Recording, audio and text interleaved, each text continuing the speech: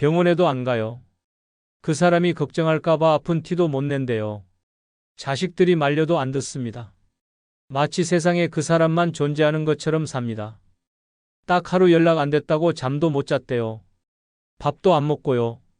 이성에 대한 집착이 삶 전체를 집어삼키는 데는 오래 걸리지 않습니다. 노년의 외로움은 허기보다 더 무섭고 그 허기를 사랑이라는 이름으로 채우려 할 때 마음은 점점 병들기 시작합니다. 처음엔 설렘이었지만 곧 의심과 불안, 통제할 수 없는 감정의 늪으로 빠집니다. 노년에 찾아온 이성적 감정, 과연 나를 살리는 감정일까요? 아니면 무너뜨리는 독일까요? 이번 영상은 노년의 이성적 사랑에 집착하면 안 되는 5가지 이유입니다. 지금부터 영상 끝까지 집중해서 시청해 주시기 바랍니다. 좋아요 지금 눌러주시면 감사하겠습니다. 노년의 이성을 사랑하면 안 되는 첫 번째 이유는 건강이 약해지면 상대방에게 모든 걸 끌려가기 때문입니다. 사랑은 서로 의지하고 배려하는 관계여야 합니다. 하지만 노년에 시작하는 연애는 시간이 지나고 몸이 약해지면 자연스럽게 주도권이 한쪽으로 쏠리게 됩니다. 특히 내가 병원에 자주 가야 하고 약을 챙겨야 하고 외출이 어려워질수록 일상의 결정권은 상대방에게 넘어가게 됩니다. 처음엔 고마웠습니다. 내가 병원 갈 때마다 같이 가주는 사람 얼마나 든든해. 약 챙겨주는 사람 하나 있다는 게 어디야. 이런 마음으로 시작한 의존은 점점 커지게 됩니다. 스스로 택시를 부르고 약국에 들르고 장을 보던 사람이 이제는 상대방의 손을 기다리고 눈치를 보고 허락을 구하게 됩니다. 그리고 2단계에 이르면 관계의 주도권은 명확하게 상대에게 넘어갑니다. 이건 단순한 배려나 도움의 문제가 아닙니다. 내가 약하니까 당신이 대신 해줘라는 구조는 결국 당신이 결정하는 대로 따를게요 라는 순종으로 변질되기 마련입니다. 식사 시간도 외출 여부도 심지어 어떤 옷을 입을지도 상대의 기준에 맞추게 됩니다. 그러다 보면 내가 원해서 하는 일이 하나도 남지 않게 됩니다. 그리고 슬픈 건 그런 삶이 익숙해질수록 내가 뭘 원하는지조차 잊게 된다는 점입니다. 처음엔 내 몸이 아파서 상대에게 부탁했던 일들이 어느 순간부터는 당연한 일이 되어버리고 내 감정과 의견은 점점 사라지게 됩니다. 건강이 무너지면서 감정의 중심도, 결정의 중심도, 삶의 중심도 나에게서 멀어져 갑니다. 충청남도 천안에 사는 79세 문정희 씨 역시 그런 과정을 겪었습니다. 관절염과 고혈압으로 일상이 불편해졌을 무렵 요가 모임에서 알게 된 남성과 연애를 시작하게 됐습니다. 처음엔 정희 씨가 다정하게 챙김을 받는 입장이었고 그 역시 자상하게 그녀를 도왔습니다. 그러나 점점 그 남성은 그녀의 하루 일정을 모두 조율하기 시작했습니다. 병원 진료 시간도 약 복용 시간도 친구와의 약속도 모두 내가 다 알아서 할게라는 말 아래 통제되기 시작했습니다. 문제는 정희 씨가 말없이 그 방식에 순응해가면서 생겼습니다. 어느 날은 친구와 점심 약속이 있다고 하자 몸도 안 좋은 사람이 뭘 그렇게 돌아다니냐고 타박을 들었고 또 하루는 기분이 가라앉아 병원 대신 집에서 쉬고 싶다고 하자 내가 당신을 위해 얼마나 애쓰는데 그 정도도 못 맞춰주냐고 언성을 높였습니다. 그 말을 듣는 순간 정희 씨는 자신이 연인이 아니라 관리 대상이 되어버렸다는 사실을 깨달았습니다. 딸과의 통화 도중 딸이 엄마는 요즘 뭐가 제일 하고 싶어? 라고 물었을 때 정희 씨는 그 말에 아무 대답도 하지 못하고 눈물만 흘렸습니다. 너무 오랜 시간 그 사람 기준의 삶을 살다 보니 정작 자신이 원하는 걸 떠올리는 것조차 버거웠던 것입니다. 결국 정희 씨는 관계를 정리했습니다. 힘들었지만 다시 스스로 병원 일정을 잡고 시장에 나가 반찬거리를 고르고 공원 벤치에 혼자 앉아 하늘을 보는 그 평범한 시간이 예전보다 훨씬 자유롭고 편안하다는 걸 깨달았습니다. 그녀는 말했습니다. 사랑받는 기분은 좋았지만 내가 사라지는 기분은 더 괴로웠어요. 몸이 약해졌다고 감정까지 빼앗겨선 안 돼요. 내가 내 삶의 주인이라는 걸 잊지 말아야 해요. 노년의 사랑은 특별한 감정이지만 건강이 흔들리는 순간 그 감정은 쉽게 복종과 종속으로 바뀔 수 있습니다. 노년의 이성을 사랑하면 안 되는 두 번째 이유는 경제적 손해를 되돌릴 수 없기 때문입니다. 젊었을 때는 잘못된 선택을 해도 다시 시작할 시간이 있습니다. 하지만 노년엔 그렇지 않습니다. 한번 무너지면 다시는 회복할 수 없는 것, 그게 바로 돈입니다. 그래서 노후의 사랑이 무서운 이유는 감정보다 돈이 먼저 흔들린다는 데 있습니다. 처음엔 단순한 식사 한 끼, 작은 선물 하나였습니다. 하지만 감정이 깊어질수록 혹시 이 사람 힘든 건 아닐까? 내가 조금 도와주는 게 맞지 않을까? 라는 생각이 스며듭니다. 그 순간부터 지갑이 열립니다. 병원비를 대신 내주고 생활비를 도와주고 때론 신용카드를 함께 쓰기도 합니다. 심지어 내 집에 살게 해주고 공동명의로 바꾸자는 제안도 망설임 없이 받아들입니다. 왜냐고요? 이 사람은 나를 정말 사랑하니까라는 믿음 때문입니다. 하지만 그 믿음은 아주 작은 틈 하나만 생겨도 무너지는 모래성에 불과합니다. 더 큰 문제는 그 돈을 잃고 나면 어디에도 기대할 곳이 없다는 점입니다. 자식들에게 말하기 부끄럽고 주변 사람들에게 창피해서 숨깁니다. 그러다 어느 순간 통장 잔고가 바닥나고 병원비도 걱정해야 하며 신용불량자 신세가 되는 경우도 있습니다. 그때 깨닫습니다. 나는 돈이 아니라 감정을 줬다고 생각했는데 저 사람은 처음부터 돈만 받았던 거였구나. 이후에는 돌이킬 수 없습니다. 왜냐하면 노년엔 다시 일어나 돈을 벌 시간도 체력도 없기 때문입니다. 사랑이 돈을 초월한다고 말하지만 현실의 사랑은 돈에 기대 살아갑니다. 경제적으로 여유가 있을 때만 느긋한 사랑이 가능하고 돈이 떨어지는 순간부터 그 사랑은 책임이 되고 짐이 됩니다. 상대방이 떠나는 순간 남는 건 잔고가 텅 빈 통장과 텅 빈 마음뿐입니다. 가장 안타까운 점은 이 모든 일이 사랑이라는 이름으로 벌어졌다는 사실입니다. 전라남도 순천에 사는 72세 이명자 씨는 남편과 사별한 후 지인의 소개로 한 남성을 만났습니다. 그 남성은 자식과 연락도 끊기고 건강도 좋지 않다며 명자 씨에게 하소연을 자주 했습니다. 처음엔 안쓰러운 마음에 약값을 몇 번 대신 내줬고 병원 갈 때 함께 동행하기도 했습니다.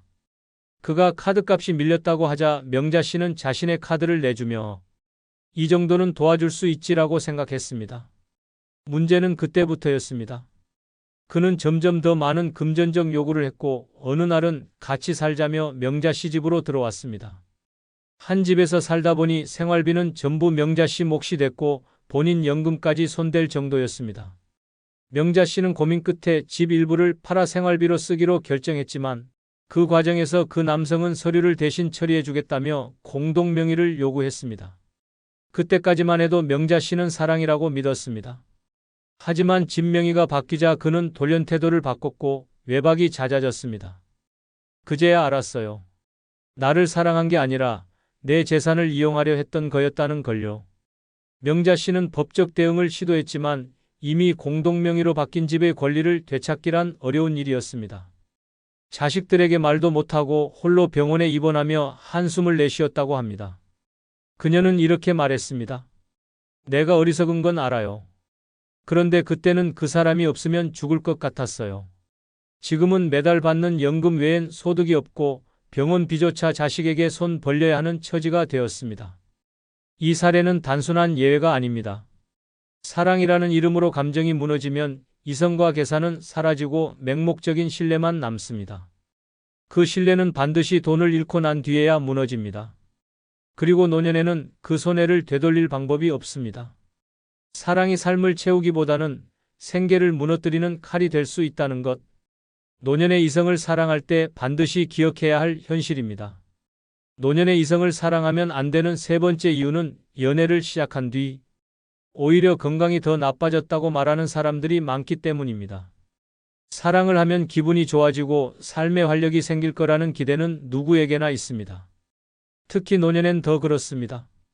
무료하고 반복되는 일상 속에서 누군가와 감정을 나눈다는 건 큰 자극이고 생기처럼 느껴집니다. 하지만 안타깝게도 현실은 다릅니다. 연애를 시작한 뒤 몸과 마음이 동시에 무너지는 사람들이 의외로 많습니다. 그 이유는 단순합니다. 노년의 감정은 여유가 아니라 절실함에서 시작되기 때문입니다. 젊을 땐 설레는 감정이 있어도 일상도 바쁘고 건강도 버텨주니 감정이 생활을 집어삼키진 않습니다. 하지만 나이 들면 다릅니다. 감정에 몰입할수록 생활의 균형이 무너지고 결국 몸까지 영향을 받습니다. 처음엔 설렘이었지만 어느새 불안이 되고 의심이 되고 스트레스로 바뀝니다. 오늘은 왜 연락이 없을까? 내가 뭘 잘못한 건 아닐까? 이런 생각들이 계속 머릿속을 맴돕니다. 밤에 잠이 오지 않고 아침이 되면 식욕이 없습니다. 체중은 줄고 혈압은 오르고 위장은 예민해지고 자꾸만 피로가 쌓입니다. 무엇보다 감정이 소모되면 뇌가 지칩니다. 끊임없이 상대를 의식하고 눈치를 보고 연락 여부에 따라 하루의 기분이 좌우되면 내가 나를 챙길 여유조차 사라집니다. 식사 시간도 뒤로 밀리고 복용해야 할 약도 자주 깜빡하게 되고 정기검진도 소홀해집니다. 그러다 어느 날 몸이 확 무너지는 시점이 찾아옵니다. 문제는 그때입니다.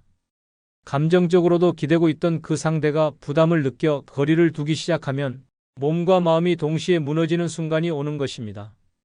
더욱 안타까운 건 건강이 나빠졌다고 하소연해도 대부분의 상대는 그 책임을 지지 않는다는 점입니다. 오히려 왜 이렇게 예민하세요? 이 나이에 왜 이러세요? 라는 말로 감정을 무시당하기도 합니다. 그러면 자존감은 더 떨어지고 관계는 불안해지고 건강은 더 나빠집니다. 이런 악순환은 결국 노년의 삶 전체를 위태롭게 만듭니다. 사람은 사랑 때문에 아픈 게 아닙니다.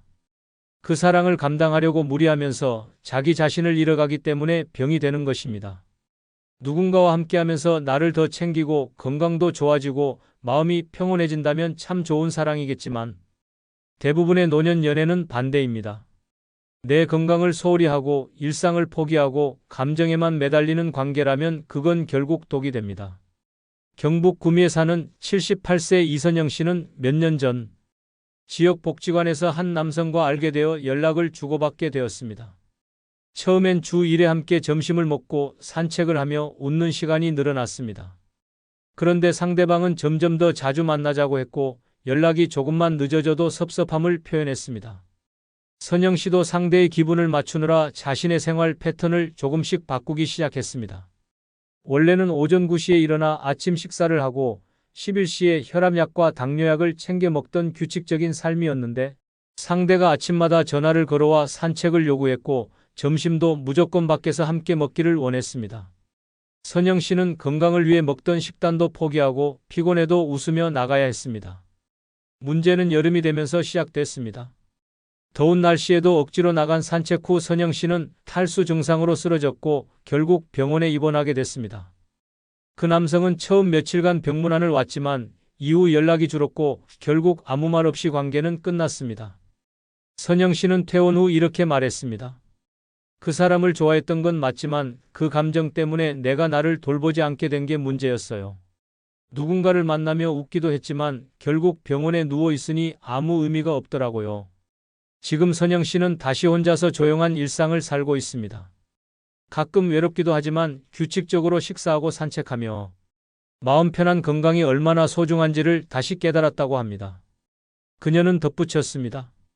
다시 연애하라고 해도 안 해요. 감정보다 중요한 게 내 몸이라는 걸 뼈저리게 느꼈거든요. 노년의 건강은 돌이킬 수 없습니다. 사랑이 내 몸을 무너지게 만든다면 그것은 결코 아름다운 감정이 아닙니다. 노년에 진짜 필요한 건 나를 아끼는 감정이지 나를 갉아먹는 사랑이 아닙니다. 노년의 이성을 사랑하면 안 되는 네 번째 이유는 자기 자존심까지 꺾어가며 맞춰야 할 일이 많기 때문입니다. 사랑이란 본래 서로를 배려하고 존중하는 관계입니다. 하지만 노년의 사랑은 종종 그 균형이 무너지기 쉽습니다. 특히 외로움이 깊을수록 상대를 잃지 않기 위해 나를 너무 많이 내주게 됩니다. 그때부터 사랑은 더 이상 평등한 감정이 아니라 한쪽이 무릎 꿇고 한쪽을 바라보는 구도가 되어버립니다. 처음에는 사소한 양보였습니다. 이 사람은 이 시간이 좋다니까 내가 맞춰야지. 저렇게 말해도 기분 나빠하지 말자. 나이가 들어서 그런 거겠지. 하지만 그 사소한 인내가 쌓이면 어느새 나도 모르게 나 자신의 기준과 삶을 포기하게 됩니다. 점심 약속도 통화 시간도 대화 주제조차 모두 상대 위주로 맞추다 보면 나는 사라지고 그 사람에게 맞춰진 나만 남습니다. 그리고 이 관계를 유지하기 위해 자존심까지 꺾게 되는 날이 옵니다. 무시당하는 말을 들어도 참습니다. 괜히 투정을 부려도 넘깁니다. 심지어 속이 상해도 표정 하나 바꾸지 않으려고 애씁니다. 왜냐고요? 이 사람마저 떠나면 나는 정말 아무도 없다는 두려움 때문입니다. 노년에 이런 감정을 품기 시작하면 관계는 결코 건강할 수 없습니다. 누군가에게 끊임없이 맞춰야 유지되는 관계라면 그것은 사랑이 아니라 감정의 종속입니다. 자존심은 나를 지탱하는 마지막 줄입니다. 그 줄을 끊어가며 이어가는 사랑은 결코 오래가지 못합니다. 오히려 어느 순간 상대가 그 마음을 당연하게 여기기 시작하면서 관계는 점점 더 일방적으로 기울고 나는 점점 더 작아지고 결국 자존감마저 잃게 됩니다. 게다가 자존심을 꺾는다는 건 단순한 태도의 문제가 아닙니다. 그 순간부터 내 건강, 일상, 인간관계 전반에 영향을 미칩니다. 하고 싶은 말을 삼키고 속마음을 감추고 늘 상대 기분을 먼저 생각하다 보면 내 감정은 말라갑니다. 몸은 점점 피곤해지고 마음은 텅 비어가며 나는 내가 아닌 채로 살아가게 됩니다. 전북 전주의 75세 이지선 씨는 남편과 사별한 뒤 같은 교회에 다니던 남성과 가까워졌습니다. 처음엔 조심스러웠지만 상대가 적극적으로 다가오며 지선 씨는 마음을 열었습니다. 하지만 만남이 깊어질수록 상대는 점점 지시적인 태도를 보이기 시작했습니다. 그 옷은 너무 튄다. 이런 나이에 품위 있게 입어야지. 친구들 모임은 그만 나가. 나랑 시간 보내는 게 먼저 아니야? 지선 씨는 처음엔 그저 조언이라 생각하고 웃어넘겼습니다. 하지만 어느 순간부터 자신이 하는 모든 행동이 상대의 기준에 맞춰지기 시작했습니다. 문제는 그 남성이 그녀의 말버릇이나 취미까지 하나하나 간섭하기 시작하면서 터졌습니다. 하루는 지선 씨가 친구들과의 찻집 모임에서 30분 늦게 돌아오자 그는 어디서 뭘 하고 다녔길래 연락도 없냐며 소리를 질렀습니다. 그 말에 지선 씨는 순간 얼어붙었고 이후 다시는 친구들을 만나지 않았습니다. 그때부터입니다. 입을 닫고 웃음을 잃고 자꾸만 체하고 밤마다 가슴이 답답해지는 증상이 찾아온 게 지선 씨는 병원에서 스트레스성 위염과 고혈압 초기 진단을 받았습니다. 의사는 그녀에게 무리한 감정 소모와 억눌림이 원인이라고 했습니다. 그 말을 들은 날 지선 씨는 큰 결심을 했습니다. 그날로 연락을 끊고 다시 혼자의 삶으로 돌아갔습니다. 시간이 지나자 몸은 조금씩 회복됐고 잃었던 표정과 말투도 돌아오기 시작했습니다. 지선 씨는 이렇게 말했습니다. 그 사람을 잃은 게 아니라 나를 다시 찾은 거예요. 내가 얼마나 나를 잃고 살았는지 그제야 알겠더라고요. 자존심을 꺾는 사랑은 사랑이 아닙니다. 내가 나를 잃어가며 유지하는 관계는 언젠가 반드시 깨집니다. 노년의 사랑은 따뜻하고 편안해야 합니다. 서로의 마음을 존중하지 못하는 관계라면 차라리 혼자가 낫습니다. 진짜 외로움은 사람이 없는 게 아니라 내 안에 나까지 없어진 그 순간부터 시작됩니다. 노년의 이성을 사랑하면 안 되는 5번째 이유는 노년의 사랑은 외로움을 더 키우는 착각이기 때문입니다. 사람은 누구나 외롭습니다. 특히 노년이 되면 그 외로움은 깊어집니다. 자식은 바쁘고 친구는 줄어들고 일상은 반복되는 침묵뿐입니다. 그 틈을 비집고 들어오는 따뜻한 말 한마디, 친절한 손길은 마치 운명처럼 느껴집니다. 처음엔 설렘이었습니다. 누군가가 나를 걱정해주고 전화 한 통에 웃음 짓는 날들이 찾아왔습니다. 하지만 그 감정은 곧 통제가 되지 않는 집착으로 변하기 시작했습니다. 오늘은 왜 먼저 연락이 없을까? 혹시 다른 사람과 있는 건 아닐까? 이런 불안은 점점 깊어지고 감정은 내 마음의 균형을 무너뜨립니다. 하루가 상대방 중심으로 재편되고 내 일상은 사라집니다. 스스로 식사 챙기던 사람도 병원 예약하던 사람도 어느 순간 그 사람 없이는 아무것도 못하게 됩니다.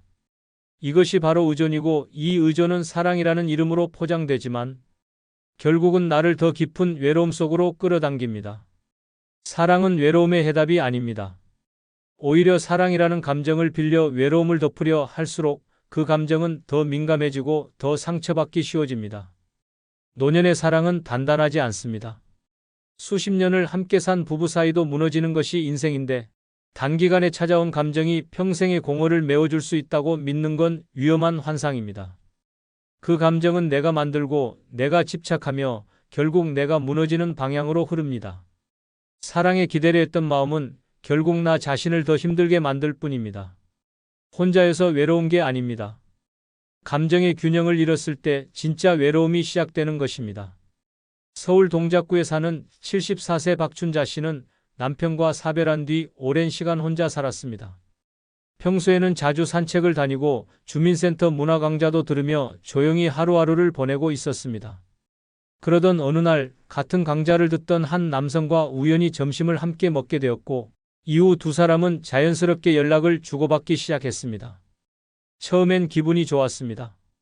함께 시장을 보고 버스를 타고 꽃 구경도 하며 늙어서도 설렐 수 있구나 싶은 마음에 웃음이 절로 나왔습니다. 그러나 문제는 관계가 깊어지면서 시작됐습니다. 박 씨는 점점 상대방에게 연락이 없으면 불안해졌고 혼자 있는 시간이 더욱 허전하게 느껴졌습니다. 자기 자신을 위해 살아가던 시간이 점차 줄어들었고 언제부터인가 모든 행동의 기준이 그 사람이 좋아할까, 싫어할까로 바뀌었습니다. 상대는 그 변화를 감지하고 점차 거리를 두기 시작했습니다. 우린 가볍게 만나는 사이인데 왜 이렇게 예민하게 받아들이세요? 라는 말에 박 씨는 큰 충격을 받았습니다. 그날 이후로 박 씨는 불면과 식욕 저하를 겪었고 결국 정신과 진료를 받게 되었습니다. 박 씨는 눈물을 흘리며 이런 말을 남겼습니다. 난 그 사람이 있어서 외롭지 않다고 믿었는데 사실은 그 사람 때문에 더 외로워졌던 거였어요. 박 씨는 지금 다시 혼자의 일상으로 돌아가기 위해 노력 중입니다. 정기적으로 상담을 받고 다시 그림을 그리며 마음을 다잡고 있지만 그 깊이 파였던 감정의 상처는 쉽게 아물지 않는다고 합니다. 외로움을 덜어주길 바랐던 사랑이 오히려 외로움을 증폭시킨다는 것. 이것이 노년의 이성을 사랑할 때 반드시 생각해야 할 현실입니다. 사랑은 삶을 채우는 힘이 될 수도 있지만 그 감정의 방향을 잘못 잡으면 그 어떤 외로움보다 더 큰 상처로 돌아옵니다. 박춘자 씨의 이야기처럼 말입니다. 여러분 혹시 배우자를 먼저 보내고 혼자 지내시면서 마음 한구석이 허전하신 적 있으신가요? 자식들은 바쁘고 친구들과 만나도 뭔가 채워지지 않는 그 공허한 말입니다. 그런 외로움 때문에 새로운 인연을 찾고 싶다는 생각이 드는 것은 자연스러운 일입니다. 하지만 60대가 넘어서 이성에 집착하게 되면 예상치 못한 위험들이 기다리고 있습니다. 많은 분들이 이런 사실을 모르고 계시죠? 오늘은 노년의 이성에 집착하면 안 되는 5가지 중요한 이유를 말씀드리겠습니다. 이 내용을 알고 나시면 어떤 선택을 해야 할지 분명해지실 겁니다. 구독과 좋아요 누르시면 시작하겠습니다. 노년의 이성에 집착하면 절대 안 되는 첫 번째 이유는 젊은 시절과 완전히 다른 몸과 마음의 상태를 받아들이지 못하기 때문입니다. 99%의 노인들이 이 사실을 깨닫지 못해 비참하게 망합니다. 60대가 넘어서도 30대처럼 이성에 열광하는 분들을 보면 정말 안타까울 지경입니다. 이런 착각에 빠지면 노년이 지옥으로 변합니다. 현실을 무시하고 과거의 환상에 사로잡혀 살다가 전 재산을 잃고 가족에게 버림받고 건강까지 망가뜨리는 끔찍한 결말만 기다리고 있습니다. 이 진실을 지금 당장 받아들이지 않으면 인생 마지막까지 고통받게 될 것입니다. 가장 잔혹한 현실은 신체적 변화입니다. 아무리 부정해도 소용없습니다. 60대가 넘으면 몸은 이미 돌이킬 수 없이 늙어버렸습니다. 피부는 거칠어지고 주름투성이가 되었고 체형은 무너졌으며 모든 신체 기능이 급격히 저하됩니다. 그런데도 젊은 시절의 이성관계를 꿈꾸는 것은 완전한 망상입니다. 현실과 환상의 괴리가 클수록 더 깊은 절망에 빠지게 됩니다. 더 충격적인 것은 정신적 변화입니다. 나이가 들면 이성에 대한 욕구와 관심이 자연스럽게 감소합니다. 이것은 정상적인 노화 과정인데 억지로 젊은 시절의 감정을 되살리려고 하면 정신적 혼란에 빠집니다. 자신이 비정상적이라고 자책하거나 반대로 무리한 노력으로 몸과 마음을 혹사시키게 됩니다. 결국 우울증이나 불안장애 같은 정신질환으로 발전할 가능성이 매우 높습니다. 건강 파괴는 더욱 심각합니다. 당뇨, 고혈압, 심장병을 앓고 있는 몸으로 젊은 시절 같은 이성관계를 시도하는 것은 자살행위나 다름없습니다. 복용하는 약물들이 신체 기능에 영향을 미치는 상황에서 무리한 활동을 하면 돌연사할 수도 있습니다. 실제로 이런 이유로 응급실에 실려가는 노인들이 적지 않습니다. 경제적 파멸은 거의 확실합니다. 젊어 보이려고 성형수술에 수천만 원을 쏟아붓고 젊은 이성의 관심을 끌기 위해 명품이나 비싼 선물을 사주는 바보 같은 짓을 합니다. 연금과 저축으로 버텨야 하는 시기에 이런 미친 짓을 하면 노후 자금이 바닥나는 것은 시간 문제입니다. 결국 자식들에게 손을 벌리거나 기초생활수급자로 전락하게 됩니다. 가족관계 파탄도 피할 수 없습니다.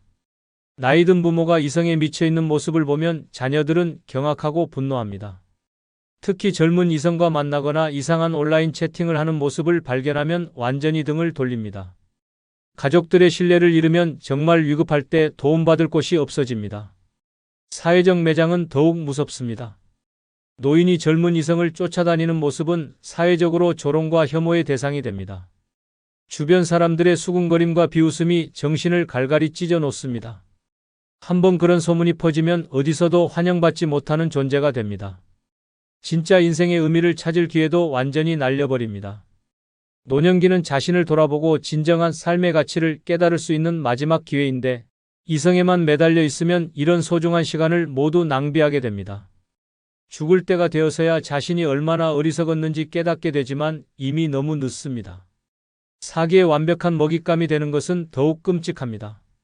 이성에 굶주린 노인들을 노리는 사기꾼들이 우글거립니다. 로맨스 스캠, 결혼 사기, 보이스피싱까지 온갖 수법으로 접근해서 전 재산을 털어갑니다. 외로움과 욕망에 눈이 멀어 판단력을 잃은 상태에서는 이런 사기를 전혀 구별할 수 없습니다. 건강상 위험도 치명적입니다.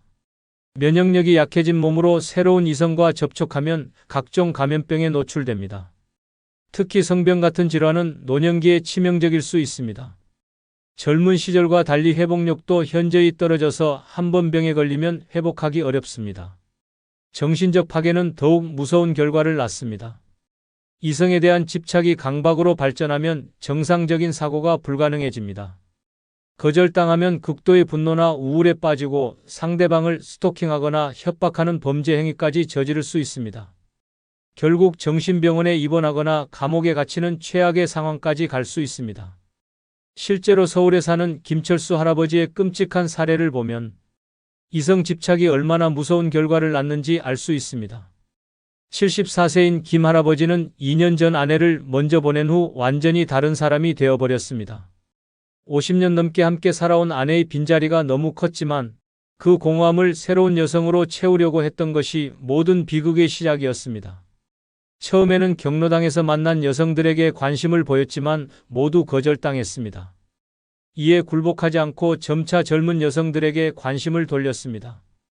마트에서 일하는 40대 여직원에게 집착하기 시작해서 매일 찾아가며 괴롭혔습니다. 결국 출입금지 조치를 당했지만 포기하지 않았습니다.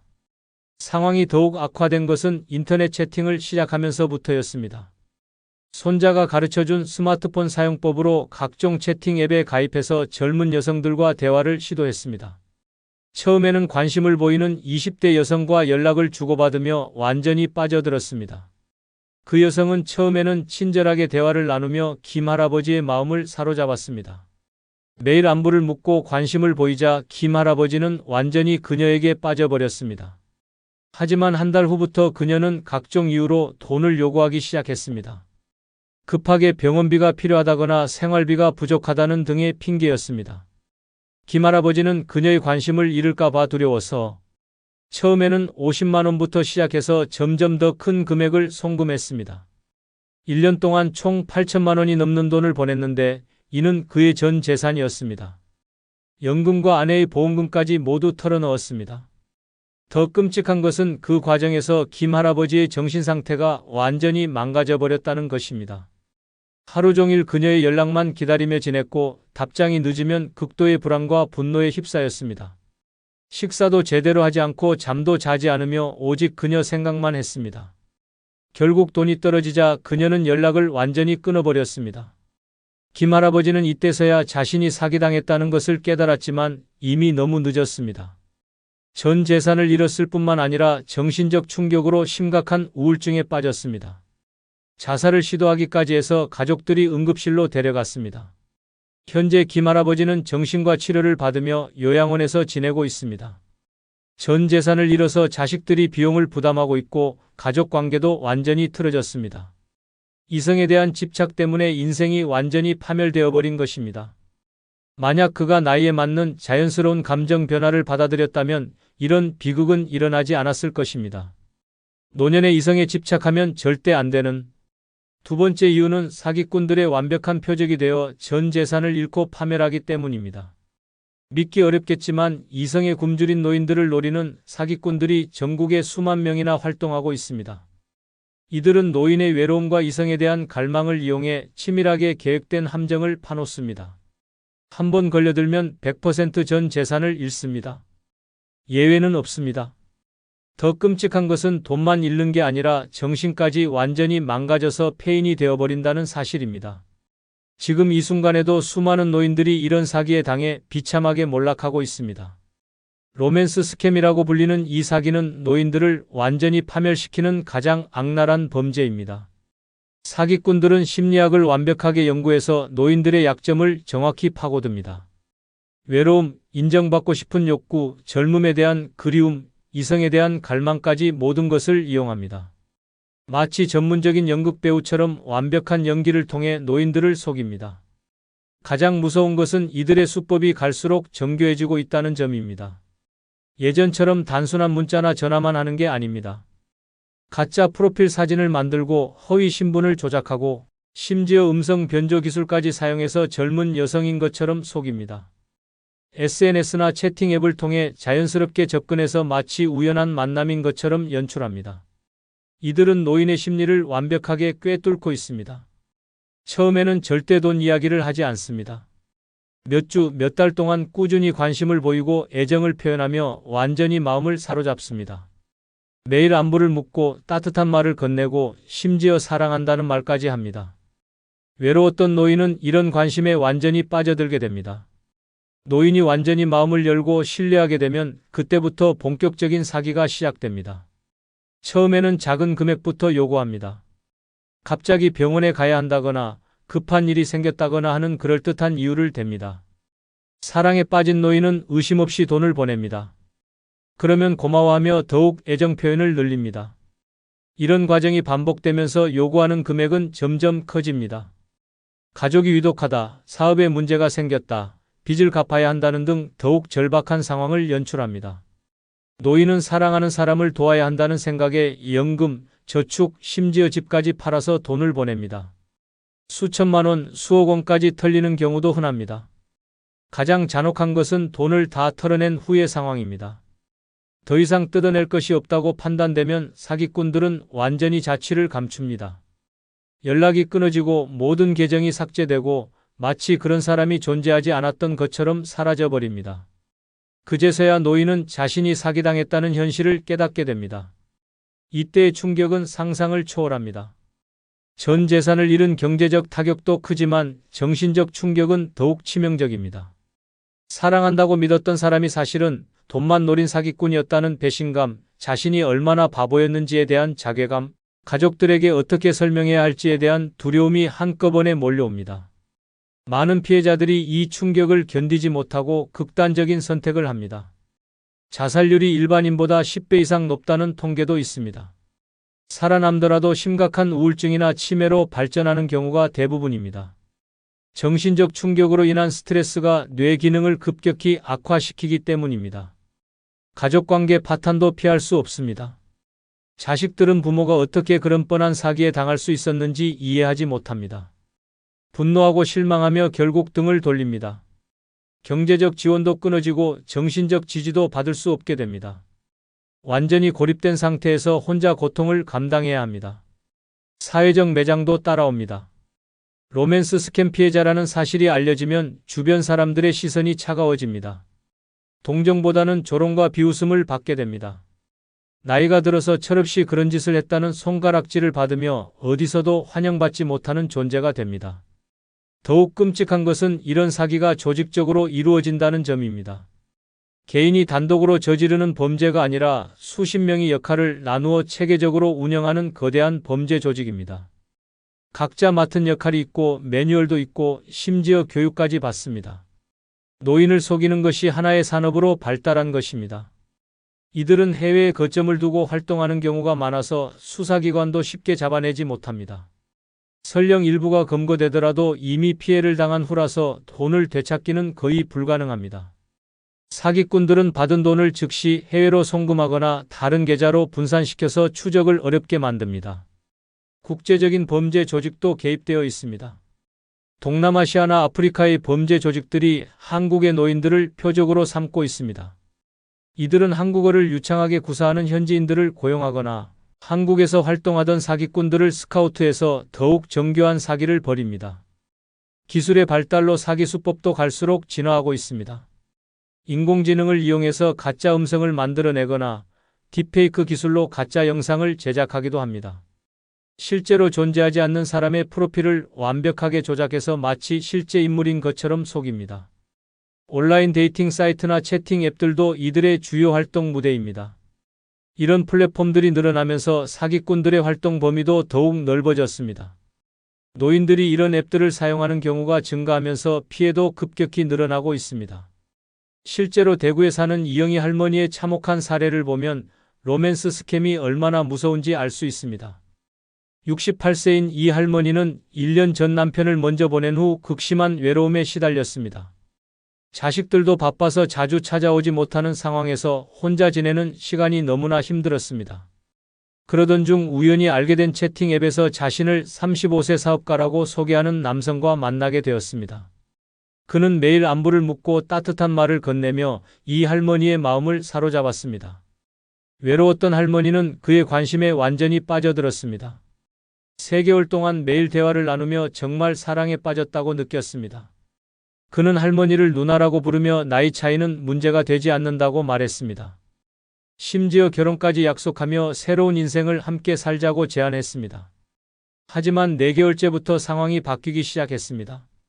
그가 갑자기 사업에 문제가 생겨서 자금이 필요하다고 말했습니다. 은행에서 대출을 받으려고 하는데 보증금이 필요하다며 500만 원을 빌려달라고 요청했습니다. 사랑하는 사람을 돕고 싶었던 할머니는 주저없이 돈을 보냈습니다. 그 후로 각종 이유로 계속해서 돈을 요구했습니다. 사업 확장 자금, 세금 문제, 가족의 의료비 등 그럴듯한 핑계들이었습니다. 할머니는 연금, 적금, 심지어 남편의 사망보험금까지 모두 보냈습니다. 8개월 동안 총 1억 2천만 원을 송금했습니다. 더 이상 보낼 돈이 없다고 하자 그는 집을 담보로 대출을 받으라고 요구했습니다. 할머니가 망설이자 갑자기 태도가 180도 바뀌었습니다. 욕설을 퍼붓고 협박까지 했습니다. 그제서야 할머니는 자신이 사기당했다는 것을 깨달았습니다. 충격으로 실신해서 병원에 실려간 할머니는 심각한 우울증 진단을 받았습니다. 전 재산을 잃었을 뿐만 아니라 정신적 충격으로 거의 폐인 상태가 되었습니다. 자식들도 어머니의 행동을 이해하지 못해 관계가 완전히 틀어졌습니다. 현재 이 할머니는 자식들이 마련한 작은 원룸에서 기초생활수급비로 겨우 연명하고 있습니다. 정신과 치료를 받고 있지만 회복 전망은 밝지 않습니다. 이성에 대한 갈망 때문에 인생이 완전히 파멸되어 버린 것입니다. 만약 그녀가 나이에 맞는 현실적인 삶을 살았다면 이런 비극은 절대 일어나지 않았을 것입니다. 노년의 이성에 집착하면 절대 안 되는 3번째 이유는 자녀들과의 관계가 완전히 파괴되어 진정으로 도움이 필요할 때 버림받게 되기 때문입니다. 상상하기조차 끔찍하지만 이성에 집착하는 부모를 본 자녀들은 100% 등을 돌립니다. 예외는 절대 없습니다. 자녀들이 보기에 나이든 부모가 이성에 미쳐있는 모습은 그야말로 추악하고 혐오스러운 광경입니다. 한번 이런 모습을 보인 순간 부모로서의 존경과 신뢰는 영원히 회복될 수 없습니다. 결국 인생의 마지막 순간에 혼자 쓸쓸히 죽어가는 비참한 결말만 기다리고 있을 뿐입니다. 지금 당장 정신을 차리지 않으면 자녀들에게 완전히 버림받는 끔찍한 미래가 기다리고 있습니다. 자녀들이 받는 충격은 상상을 초월합니다. 평생 존경해왔던 부모가 갑자기 젊은 이성을 쫓아다니거나 이상한 온라인 채팅에 빠져있는 모습을 발견했을 때의 그 경악과 실망감은 말로 표현할 수 없을 정도입니다. 마치 존경하던 영웅이 한순간에 추락하는 것을 보는 것과 같습니다. 부모에 대한 모든 신뢰와 존경심이 산산조각 나버립니다. 특히 젊은 이성과의 관계는 자녀들에게 극도의 수치심을 안겨줍니다. 친구들이나 동료들 사이에서 내 아버지가 젊은 여자와 사귄다더라, 내 어머니가 온라인에서 이상한 짓을 한다더라는 소문이 돌면 자녀들은 사회적으로 매장당합니다. 직장에서도 집중하기 어렵고 대인관계에서도 위축되며 심각한 경우 정신적 트라우마까지 생깁니다. 자녀들의 분노는 극에 달합니다. 평생 자신들을 키우고 교육시키기 위해 희생했다고 말해온 부모가 이제 와서 이런 추잡한 행동을 한다는 것에 대한 배신감이 하늘을 찌릅니다. 그동안 우리를 위해 희생했다는 것도 다 거짓말이었나라는 생각까지 들게 됩니다. 부모에 대한 모든 고마움과 사랑이 증오로 바뀝니다. 경제적 피해에 대한 우려도 극심합니다. 자녀들은 부모가 이성에게 돈을 퍼주거나 사기당할까 봐 전전긍긍합니다. 자신들이 상속받을 재산이 엉뚱한 곳에 낭비되는 것을 지켜볼 수만은 없습니다. 결국 부모의 재산 관리를 제한하거나 아예 격리시키는 극단적인 조치를 취하게 됩니다. 사회적 체면도 완전히 구겨집니다. 자녀들이 속한 사회에서 집안 망신이라는 낙인이 찍힙니다. 결혼을 앞둔 자녀가 있다면 상대방 집안에서 결혼을 반대할 수도 있습니다. 그런 집안과는 관계를 맺을 수 없다며 인연을 끊어버리는 경우도 허다합니다. 자녀들의 결혼 생활에도 악영향을 미칩니다. 며느리나 사위가 시부모나 장인 장모의 행동을 알게 되면 극도로 불편해합니다. 가족 모임을 피하게 되고 심한 경우 이혼까지 요구하는 경우도 있습니다. 부모의 잘못된 행동 때문에 자녀의 가정이 파탄나는 것입니다. 손자 손녀들에게도 끔찍한 영향을 미칩니다. 할아버지나 할머니의 추잡한 모습을 본 아이들은 정신적 충격을 받습니다. 순수한 아이들에게 성적 호기심이나 잘못된 가치관을 심어줄 수 있습니다. 자녀들은 이를 방지하기 위해 아예 아이들과 조부모의 만남을 차단해버립니다. 자녀들의 사회생활도 엉망이 됩니다. 직장에서 동료들이 부모의 추잡한 행동에 대해 수군거리면 업무에 집중할 수 없습니다. 승진에도 악영향을 미치고 심한 경우 직장을 그만둬야 하는 상황까지 갈 수 있습니다. 부모 때문에 자녀의 인생이 완전히 망가지는 것입니다. 정신적 스트레스로 인한 자녀들의 건강 악화도 심각합니다. 부모의 행동 때문에 우울증이나 불안장애에 걸리는 자녀들이 많습니다. 불면증, 신경성 위염, 고혈압 등 각종 질병이 생기기도 합니다. 부모를 돌봐야 하는 입장에서 오히려 자신이 병원 신세를 지게 되는 아이러니한 상황이 발생합니다. 가족 전체의 결속력도 완전히 파괴됩니다. 형제 자매들 사이에서도 부모 문제로 갈등이 생깁니다. 내가 더 관심을 가져야 했다. 왜 미리 막지 못했느냐며 서로를 원망합니다. 평생 화목했던 가족이 부모의 잘못된 행동 하나로 완전히 해체되어 버립니다. 자녀들의 교육관도 완전히 바뀝니다. 부모 공경이라는 전통적 가치관이 무너지고 자신의 아이들에게도 조부모를 무조건 따르지 말라고 가르치게 됩니다. 세대 간 전수되어야 할 가족의 가치관과 전통이 완전히 단절됩니다. 경제적 지원도 중단됩니다. 자녀들은 부모가 받는 용돈이나 생활비를 이성에게 퍼줄까 봐 모든 지원을 끊어버립니다. 카드도 회수하고 통장도 관리하며 아예 경제적으로 고립시켜버립니다. 결국 부모는 최소한의 생활조차 어려워집니다. 가장 잔혹한 것은 정말 도움이 필요할 때 아무도 곁에 있어주지 않는다는 사실입니다. 병에 걸리거나 사고를 당했을 때, 진정으로 가족의 돌봄이 필요할 때 자녀들은 이미 등을 돌린 상태입니다. 혼자서 모든 것을 감당해야 하고 결국 쓸쓸히 죽어가게 됩니다. 요양원이나 요양병원에 버려지는 것도 시간 문제입니다. 자녀들은 더 이상 같이 살 수 없다며 부모를 시설에 맡겨버립니다. 그것도 가장 열악한 곳으로 보내서 최소한의 의무만 다하려고 합니다. 면회도 거의 오지 않아서 완전히 고립된 상태로 남은 인생을 보내야 합니다. 실제로 인천에 사는 김병철 할아버지의 참혹한 사례를 보면 이성 집착이 가족 관계를 얼마나 파괴하는지 알 수 있습니다. 71세인 김 할아버지는 2년 전 아내를 먼저 보낸 후 심한 외로움에 시달렸습니다. 두 아들과 딸이 있었지만 각자 바쁜 생활 때문에 자주 찾아오지 못했습니다. 그러던 중 동네 마트에서 일하는 40대 여직원에게 관심을 보이기 시작했습니다. 매일 마트에 가서 불필요한 물건들을 사면서 그녀와 대화를 시도했습니다. 처음에는 친절하게 응대하던 그녀도 점차 부담스러워했지만 김 할아버지는 포기하지 않았습니다. 상황이 심각해진 것은 그녀에게 선물을 주기 시작하면서부터였습니다. 비싼 화장품, 명품 가방, 금목걸이 등을 사서 전해주려고 했습니다. 여직원이 거절하자 더욱 집착적으로 변했습니다. 마트 앞에서 몇 시간씩 기다리거나 퇴근길을 따라다니는 스토킹 행위까지 했습니다. 결국 마트에서 출입금지 조치를 당했지만 김 할아버지는 멈추지 않았습니다. 그녀의 집 주소를 알아내서 집 앞까지 찾아가 소란을 피웠습니다. 급기야 경찰까지 출동하는 사태가 벌어졌고 이 소식이 동네에 소문으로 퍼졌습니다. 첫째 아들이 이 사실을 알게 된 것은 동네 사람의 전화를 받고 나서였습니다. 아버지가 젊은 여자를 쫓아다니며 민폐를 끼치고 있다는 내용이었습니다. 충격을 받은 아들은 즉시 아버지를 찾아가 따졌지만 김할아버지는 진짜 사랑이라며 전혀 잘못을 인정하지 않았습니다. 둘째 아들과 딸도 이 사실을 알게 되자 가족회의를 열었습니다. 형제들은 아버지의 행동에 경악했고 특히 딸은 아버지 얼굴을 볼 수가 없다며 울분을 터뜨렸습니다. 며느리들도 시아버지가 그런 사람인 줄 몰랐다며 극도로 불쾌해했습니다. 더 큰 문제는 김할아버지가 그 여성에게 돈을 주려고 계속 시도한다는 것이었습니다. 통장에서 큰 돈을 인출하려고 하거나 집을 담보로 대출을 받으려고 했습니다. 자녀들은 경제적 피해를 막기 위해 아버지의 통장과 카드를 모두 회수했습니다. 김할아버지는 자녀들의 조치에 분노했고 가족 간의 갈등은 극에 달했습니다. 내 돈을 왜 건드리느냐, 내 인생인데 왜 간섭하느냐며 고함을 쳤습니다. 심지어 자녀들을 상대로 소송을 걸겠다고 협박까지 했습니다. 자녀들의 사회생활도 큰 타격을 받았습니다.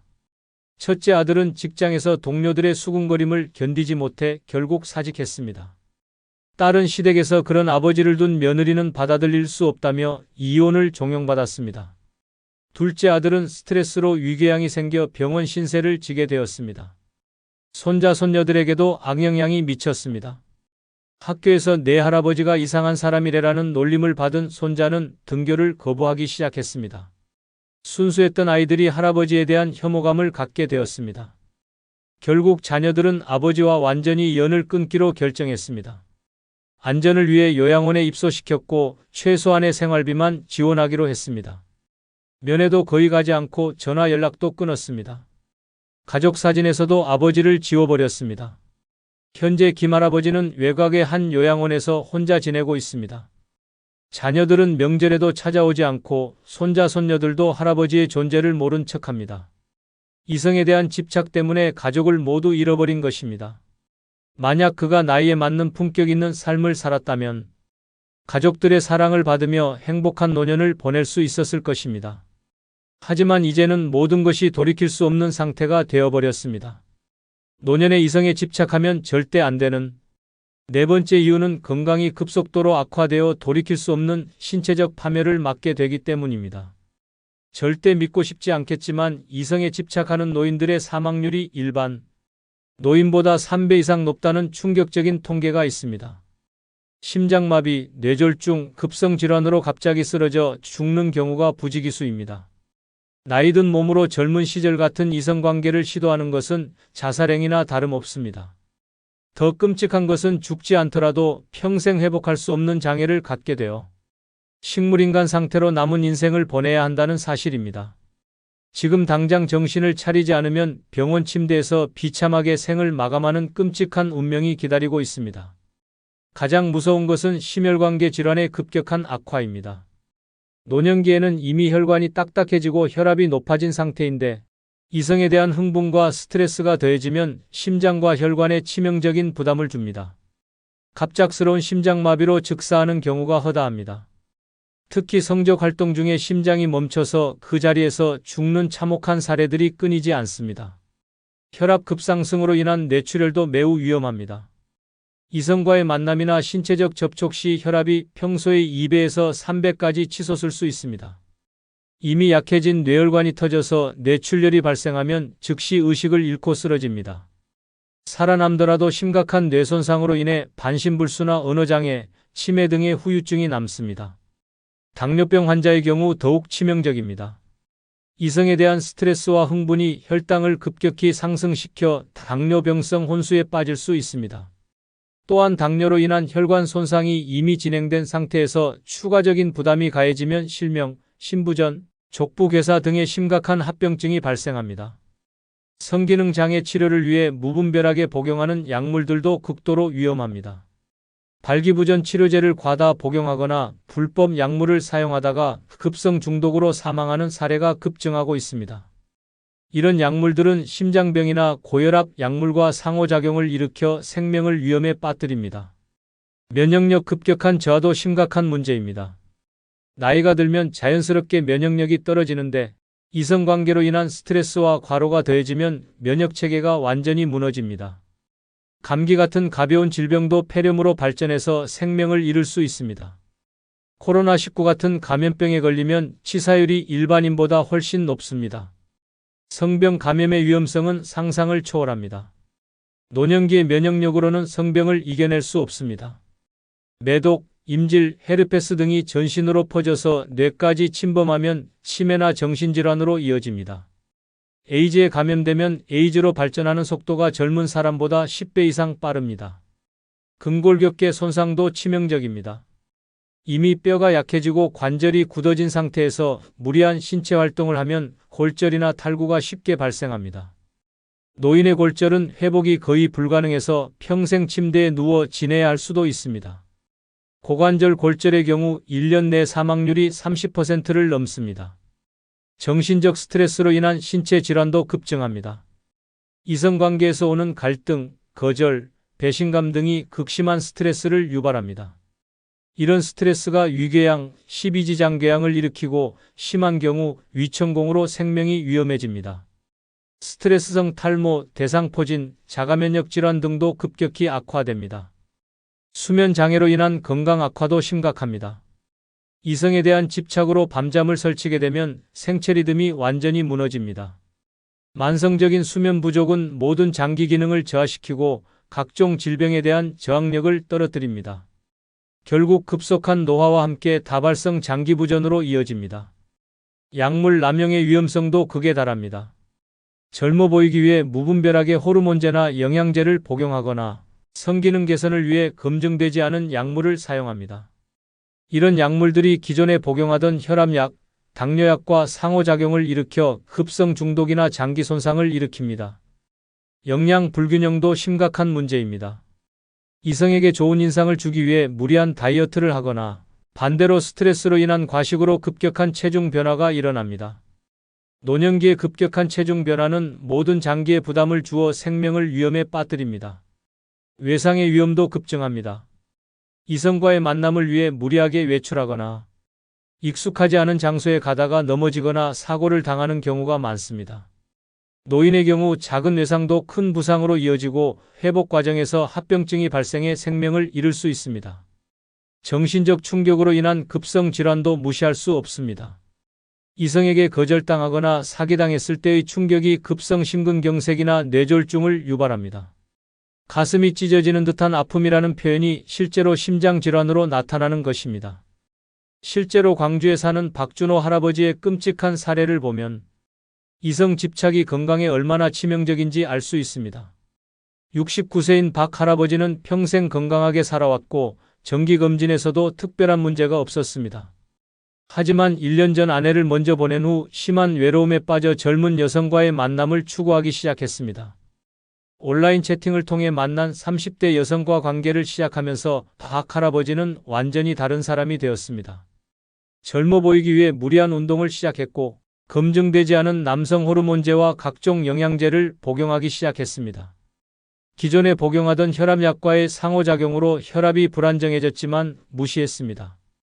그 여성과의 첫 만남 날 박 할아버지는 과도한 긴장과 흥분 상태였습니다. 혈압이 평소보다 50 이상 올랐지만 본인은 느끼지 못했습니다. 호텔에서 만난 후 신체적 접촉을 시도하던 중 갑자기 극심한 가슴 통증을 호소하며 쓰러졌습니다. 응급실로 실려간 박 할아버지는 급성 심근경색 진단을 받았습니다. 심장의 주요 혈관이 완전히 막혀서 심장 근육의 상당 부분이 괴사되었습니다. 응급수술로 생명은 건졌지만 심장 기능이 30% 이하로 떨어져 일상생활이 거의 불가능해졌습니다. 더 큰 문제는 뇌에도 손상이 왔다는 것이었습니다. 심정지 상태가 몇 분간 지속되면서 뇌의 산소 공급이 중단되어 경미한 뇌손상이 발생했습니다. 기억력과 판단력이 현저히 떨어졌고 언어 능력도 크게 저하되었습니다. 입원 중에도 문제는 계속되었습니다. 복용하던 남성 호르몬제의 부작용으로 간 기능이 급격히 악화되었습니다. 간 수치가 정상의 10배 이상 올라가면서 황달이 생기고 복수가 찼습니다. 신장 기능도 동반 악화되어 투석을 받아야 하는 상황까지 갔습니다. 정신적 충격도 극심했습니다. 자신과 만나던 중에 쓰러진 사실을 알게 된 그 여성은 즉시 연락을 끊어버렸습니다. 병원비까지 요구하며 합의금을 달라고 협박했습니다. 이런 배신감과 수치심이 박 할아버지의 정신 상태를 더욱 악화시켰습니다. 회복 과정도 순탄하지 않았습니다. 심장 기능 저하로 인해 조금만 움직여도 숨이 차고 어지러웠습니다. 뇌 손상으로 인한 인지 기능 저하로 재활 치료도 제대로 받을 수 없었습니다. 간과 신장 기능 회복도 더뎠고 각종 합병증이 계속 발생했습니다. 현재 박 할아버지는 요양병원에서 반식물인간 상태로 지내고 있습니다. 대화는 가능하지만 기억력이 심하게 떨어져서 방금 전 일도 기억하지 못합니다. 심장 기능 저하로 인해 휠체어 없이는 이동할 수 없고 간헐적으로 투석도 받아야 합니다. 자녀들은 아버지의 상태에 절망했습니다. 건강했던 아버지가 한순간에 이렇게 된 것이 이성에 대한 집착 때문이라는 사실을 알고는 분노와 자책감에 시달리고 있습니다. 의료비도 천문학적으로 들어가서 가족 전체가 경제적 어려움을 겪고 있습니다. 의료진의 예우 판정도 절망적입니다. 심장과 뇌, 간, 신장이 모두 손상된 상태에서 회복 가능성은 거의 없다고 합니다. 남은 수명도 몇 년에 불과할 것으로 예상됩니다. 만약 박 할아버지가 나이에 맞는 건전한 생활을 했다면 건강하게 20년 이상 더 살 수 있었을 것입니다. 하지만 이성에 대한 잘못된 집착으로 인해 모든 것을 잃어버린 것입니다. 노년의 이성에 집착하면 절대 안 되는 5번째 이유는 진정한 노년의 가치와 삶의 목적을 완전히 놓치게 되어 의미 없는 삶을 살게 되기 때문입니다. 많은 분들이 깨닫지 못하고 있지만 노년기는 인생에서 가장 중요하고 소중한 시기입니다. 젊은 시절에는 할 수 없었던 깊은 성찰과 지혜의 완성, 진정한 자아 발견이 가능한 황금 같은 시간입니다. 하지만 이성에만 매달려 있으면 이런 소중한 기회를 모두 놓치게 됩니다. 결국 죽을 때까지 어리석고 공허한 삶을 살다가 아무런 의미도 남기지 못한 채 생을 마감하게 됩니다. 이것을 깨달으면 진정한 노년의 아름다움을 발견할 수 있습니다. 노년기는 인생의 완성기입니다. 젊은 시절에는 생존과 성공에만 집중했다면 이제는 진정한 삶의 의미를 찾을 수 있는 시기입니다. 오랜 인생 경험을 통해 쌓인 지혜를 정리하고 후세에 전할 수 있는 가치 있는 것들을 남길 수 있는 소중한 시간입니다. 하지만 이성에만 집착하면 이런 높은 차원의 성장 기회를 모두 놓치게 됩니다. 자아 성찰의 기회를 놓치게 됩니다. 노년기는 자신의 삶을 돌아보고 진정한 자아를 발견할 수 있는 마지막 기회입니다. 젊은 시절 바쁘게 살아오면서 미처 돌보지 못했던 내면의 목소리를 들을 수 있는 시간입니다.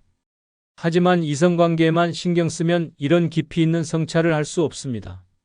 겉으로 드러나는 욕망에만 매달려 있으면 내면의 성장은 불가능합니다. 지혜의 전수 기회도 놓치게 됩니다. 노년기는 평생 축적한 경험과 지혜를 젊은 세대에게 전해줄 수 있는 시기입니다. 인생의 선배로서 후배들에게 조언하고 가르쳐줄 수 있는 것들이 많습니다. 하지만 이성에 집착하는 모습을 보이면 젊은 세대들이 존경하지 않게 됩니다.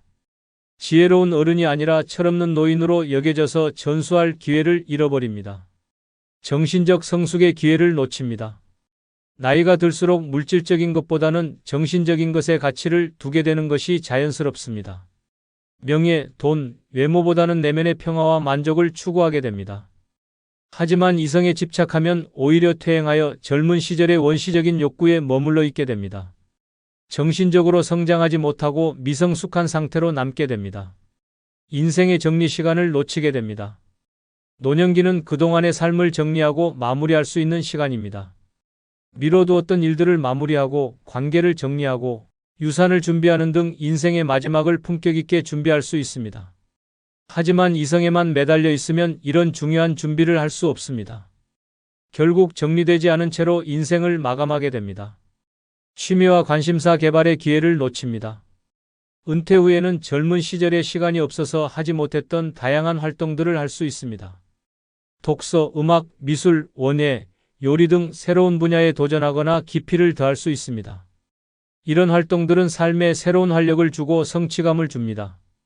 하지만 이성에만 집중하면 이런 풍요로운 활동들을 즐길 기회를 놓치게 됩니다. 봉사와 기여의 기회도 놓칩니다. 노년기는 사회에 환원할 수 있는 시기입니다. 오랜 경험과 여유로운 시간을 활용해서 다양한 봉사활동에 참여할 수 있습니다. 이런 활동은 자신에게 보람을 주고 사회에도 도움이 됩니다. 하지만 이성에만 관심이 있으면 이런 의미 있는 일들에 참여할 수 없습니다. 가족과의 진정한 유대감 형성 기회를 놓칩니다. 노년기는 자녀, 손자, 손녀들과 깊은 관계를 맺을 수 있는 시간입니다. 인생의 선배로서 조언을 해주고 가족사를 전해주고 따뜻한 추억을 만들어갈 수 있습니다. 하지만 이성에 집착하는 모습을 보이면 가족들이 실망하고 거리를 두게 됩니다. 진정한 가족애를 나눌 기회를 잃어버립니다. 건강한 노화의 기회를 놓칩니다. 노년기에는 자신의 몸과 마음을 잘 돌보며 건강하게 늙어가는 것이 중요합니다. 적절한 운동, 균형 잡힌 식단, 정기적인 검진 등을 통해 품질 높은 노년을 보낼 수 있습니다. 하지만 이성에만 집착하면 건강관리를 소홀히 하게 되고 스트레스로 인해 오히려 건강이 악화됩니다. 평화로운 마음의 안정을 얻을 기회를 놓칩니다. 나이가 들수록 마음의 평화가 가장 중요해집니다. 젊은 시절의 격렬한 감정에서 벗어나 차분하고 안정된 정서 상태를 유지하는 것이 바람직합니다. 하지만 이성에 집착하면 질투, 불안, 욕망 등으로 마음이 혼란스러워집니다. 평생 찾아왔던 마음의 평화를 스스로 깨뜨리는 것입니다. 죽음에 대한 준비 기회를 놓칩니다.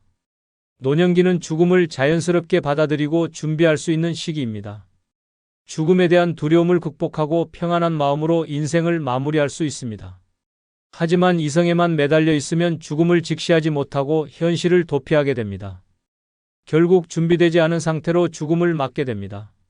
실제로 부산에 사시는 이정남 할아버지는 이런 깨달음을 통해 진정한 노년의 가치를 발견했습니다.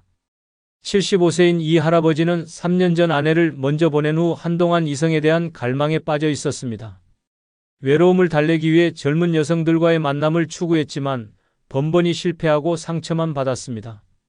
그러던 중 우연히 읽게 된 철학서를 통해 노년의 진정한 의미를 깨닫게 되었습니다. 이성에 대한 집착이 얼마나 무의미한 것인지, 그리고 자신이 놓치고 있는 소중한 것들이 무엇인지 알게 되었습니다. 그는 이성에 대한 관심을 내려놓고 진정한 자아 찾기에 집중하기로 결심했습니다. 먼저 자신의 인생을 돌아보는 시간을 가졌습니다. 젊은 시절부터 지금까지의 삶을 차근차근 정리하며 의미 있었던 순간들을 되새겼습니다. 실수와 후회도 받아들이고 성취와 보람도 인정했습니다. 이런 과정을 통해 자신의 삶이 결코 헛되지 않았다는 것을 깨달았습니다. 평생 관심이 있었지만 시간이 없어서 하지 못했던 서예를 시작했습니다. 처음에는 서툴렀지만 꾸준히 연습하면서 점차 실력이 향상되었습니다. 붓으로 글자를 쓰는 행위 자체가 명상과 같은 효과를 주어 마음이 평안해졌습니다. 이제는 지역 서예 동호회에서 활동하며 다른 분들과 작품을 나누는 즐거움도 알게 되었습니다. 가족과의 관계도 새롭게 정립했습니다. 자녀들과 진솔한 대화를 나누며 그동안 표현하지 못했던 사랑을 전했습니다. 손자, 손녀들에게는 가족의 역사와 전통을 들려주며 정체성을 심어주었습니다. 이성에 집착할 때는 가족들이 부담스러워했지만 이제는 존경받는 가족의 어른이 되었습니다. 이 할아버지는 이제 매일이 의미 있고 보람차다고 말합니다. 이성에 집착할 때는 하루하루가 공허하고 답답했지만 진정한 가치를 찾은 후에는 할 일이 너무 많아서 시간이 부족할 정도입니다. 나이가 들어서야 비로소 인생의 참된 의미를 깨달았다고 합니다. 노년의 진정한 아름다움을 발견한 것입니다. 지금까지 노년의 이성에 집착하면 안 되는 5가지 이유를 말씀드렸습니다. 혹시 마음이 무거워지셨나요? 하지만 이런 현실을 미리 아는 것이 더 현명한 선택을 하는 데 도움이 됩니다. 외로움을 달래고 싶은 마음은 충분히 이해합니다. 하지만 그 방법이 꼭 새로운 이성과의 만남일 필요는 없습니다. 취미활동, 봉사, 가족과의 시간, 자기 개발 등 더 안전하고 의미 있는 방법들이 많이 있습니다. 나이에 맞는 자연스럽고 품격 있는 삶을 선택하시면 훨씬 더 평화롭고 행복한 노년을 보내실 수 있습니다. 오늘 영상이 여러분의 현명한 선택에 도움이 되었으면 좋겠습니다. 구독과 좋아요로 응원해 주시면 더 좋은 내용으로 찾아뵙겠습니다. 많은 공유도 해주시면 큰 복 받으실 겁니다.